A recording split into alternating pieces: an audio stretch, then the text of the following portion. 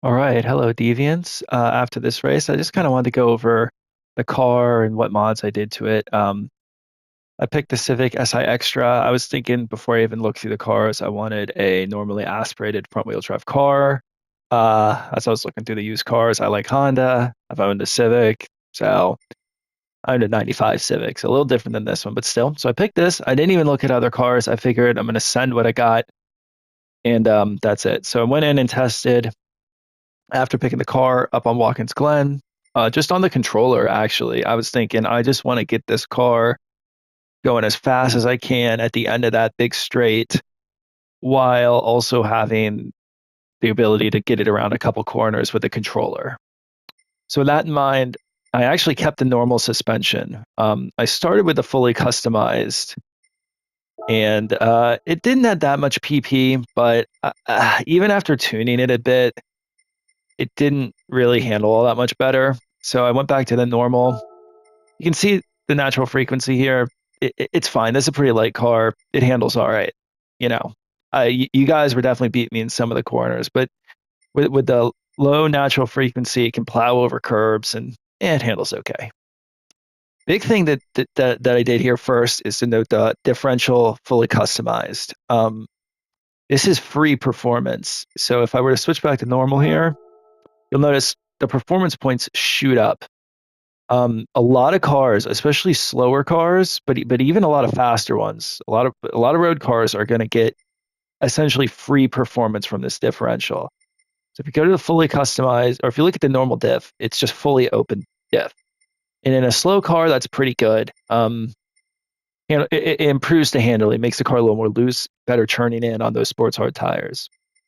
You go to fully customized, brings the performance down, and you notice these settings are all different now. The car handles like absolute garbage like this. My best advice, put this all the way down to 5 on all three. Give that a try. If the car isn't hooking up, which is crazy at 150 horsepower, but the car's not hooking up, then you can try turning up, acceleration sensitivity. But I would just run this, get that free performance. Downforce, I had installed the front splitter and basically there's three parts that are you're going to look at in GT Auto for downforce, and that's going to be the front splitter, the rear diffuser, and the rear wing. I'll show that real quick. I got a captive audience here. So I picked the front splitter. This is going to give you front downforce. The side doesn't do anything as far as I know. The rear diffuser on a lot of cars is one of the most important things. So if you're looking for a car to tune, if you're deciding between two cars or something like that, pick the car that gives you a rear diffuser. The rear diffuser is the most overpowered aero part in the game, as far as I'm aware, because it gives you front and rear downforce. Well, and that's it really. And you can set it to 0 as well. And you'll notice I have the standard wing equipped. I tried running the wing, but with the wing equipped, the rear downforce minimum was 50 points, and I didn't want it that high. I wanted less rear downforce. Um, for a couple of reasons I'll get back into when I get to the tuning screen. One other thing, my wheels that I had picked actually have less, they lower the PP. I picked the Rotoforms here. I guess they're heavier than the stock steel wheels. That's pretty funny. The stock wheels look like this, and I guess they weigh less. So, yeah. Let me go back now. Sorry. Oh, and I didn't widen the car. Widening the car can help, but again, I'm more concerned with speed than handling on this one. So just one sec. So with the downforce, rear downforce, cars that have low power. So rear downforce, as you increase it, it's always going to lower your PP, as you can see here, right? It doesn't do a ton, but what did I have it at? I don't even remember. I think it was 37. Yeah, 37. Front downforce is pretty much always going to increase your PP. But of course, so front downforce is going to give you the most effect on like turn in and corner grip, especially at higher speeds.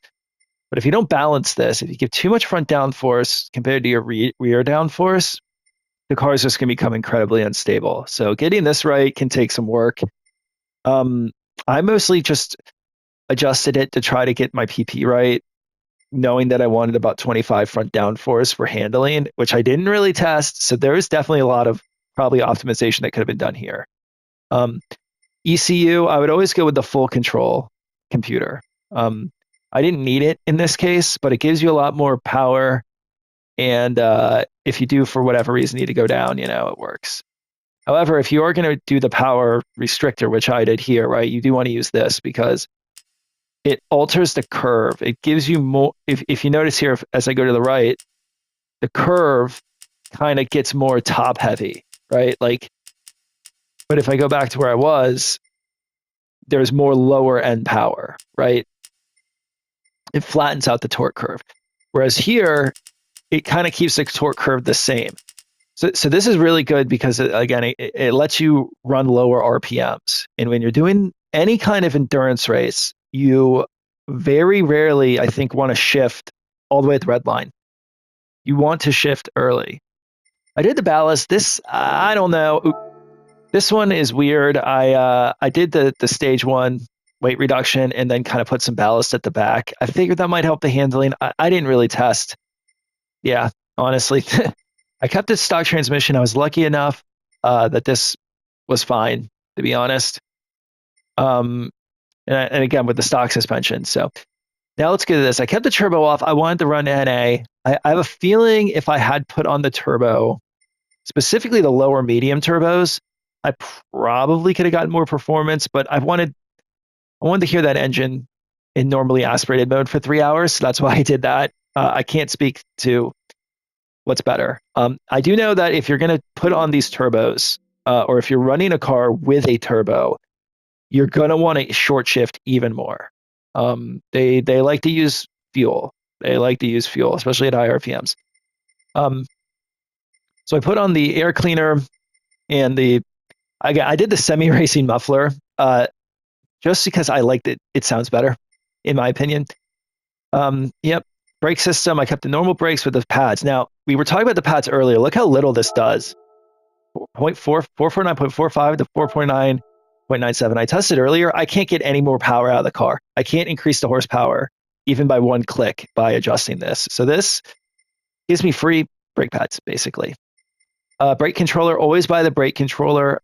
In a Civic 6139 front wheel rate balance, set it to the back. Makes the car stop faster. Didn't do any of this stuff. I kept the stock. I tried the semi-racing clutch, but it just increases a little bit. I would have rather had a little more power on this track where you're full throttle for so long, right? So here's what I did with the engine. Now, I picked these specific mods because they don't dramatically increase the red line of the car.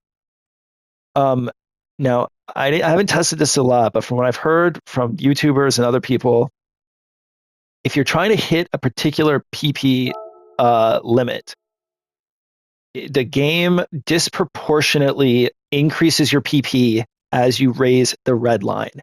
So the camshaft being the biggest, thing here, but these other three, all three of these are going to each increase your red line by a pretty significant amount. So from what I've heard, if you skip them and you just install the other stuff, you get more torque in the mid-range, you get more top-end power at a given PP, with all your other mods being equal as well. I haven't tested this, but I figured, again, with the limited time I have, I'd just do that. Again, the weights, maybe I could have gotten more performance by doing more or less weight reduction. I don't know. And the body rigidity was free. It reduced the PP of the car, even with the other mods I had on. So there's just no reason not to do it. Maybe it makes it handle worse. Who cares? You're getting more speed out of the car. In terms of how to tune suspension and differential and stuff, I'm not that good at it. I'm not good at it at all. I always watch a channel called Fossil Fueled. I'll try to link it below. But yeah, I mean, that's kind of it. If there's other stuff to look at, I'm not too sure what it would be. I just kind of set this up. I spent maybe about 30 minutes just using the knowledge I already had and knowing I wanted to make a car that was fun to drive and sounded okay and fit the theme. And I figured this did it. Yeah. So yeah, happy holidays, y'all. Have a good one.